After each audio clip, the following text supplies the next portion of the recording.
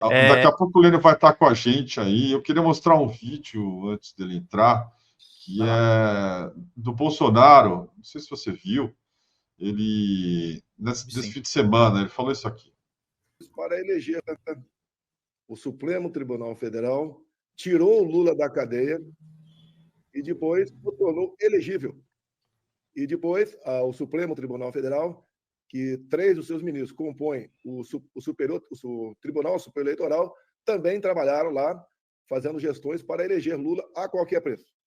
Bem, acabaram as eleições no ano passado, ninguém consegue entender como Lula da Silva ganhou as eleições, com 50,9% dos votos. Ninguém do Brasil entende isso, nem nos estados mais pobres, onde ele sempre teve uma boa votação no passado. A maioria dos ministros do Supremo comemoraram muito a eleição do Lula. E alguns diziam lá que evitaram, com a eleição do Lula, que o Brasil se tornasse uma ditadura com Jair Bolsonaro. Agora, nós sabemos que o Lula da Silva é ligado ao ditador Maduro, ao ditador Ortega da Nicarágua, é ligado também ao regime cubano, o Partido Comunista do Brasil aqui, que é base de apoio do Lula, é ligado à Coreia do Norte. Nós sabemos também que o Lula aqui acha que o Hamas não é um grupo terrorista, são pessoas apenas que lutam por uma autonomia e independência da Palestina.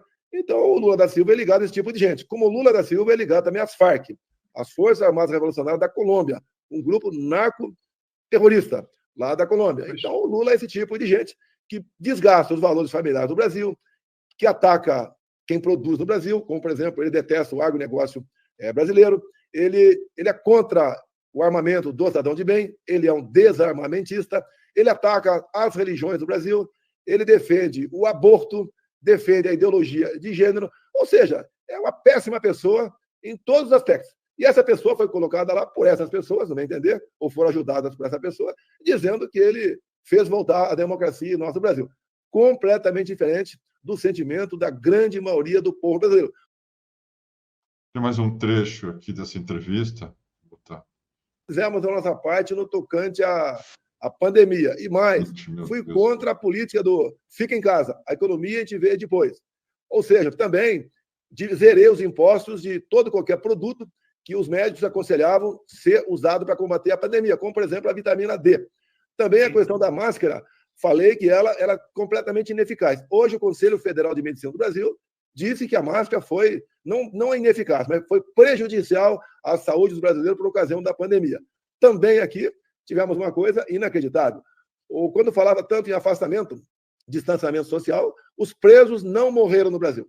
Não morreram porque, por coincidência ou não, tomavam um comprimido chamado ivermectina para combater um tal de chato, algo que uma espécie de carrapatinho que se alojava aí nas partes íntimas dos homens, né?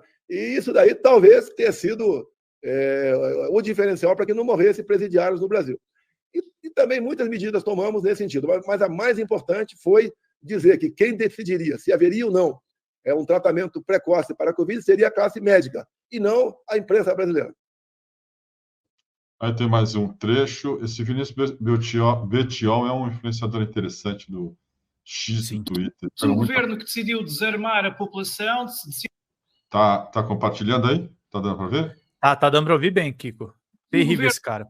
Desarmar a população, decidiu descriminalizar os pequenos delitos, decidiu não punir os delinquentes, que agora sentem impunidade e os crimes dispararam. Nós temos recebido imagens de pilhagens, de crimes arbitrários a pessoas que estão numa moto em andamento.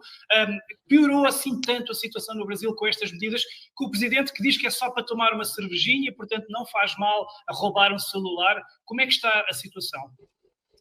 Bem, piorou porque o Lula da Silva acabou de anunciar aqui no Brasil que pequenos furtos não serão passíveis mais de prisão. É como acontece em alguns estados democratas nos Estados Unidos. Um governo que decidiu desarmar a população... Essa é outra coisa que está circulando muito nas redes da extrema-direita, que são saques a lojas da Califórnia, que eles dizem isso, que não é mais crime o furto na Califórnia, e mostram imagens de lojas da Apple sendo invadidas por multidões assim, que vão lá e quebram tudo e saqueiam isso. Virou uma... palavra de ordem e uma bandeira da extrema-direita.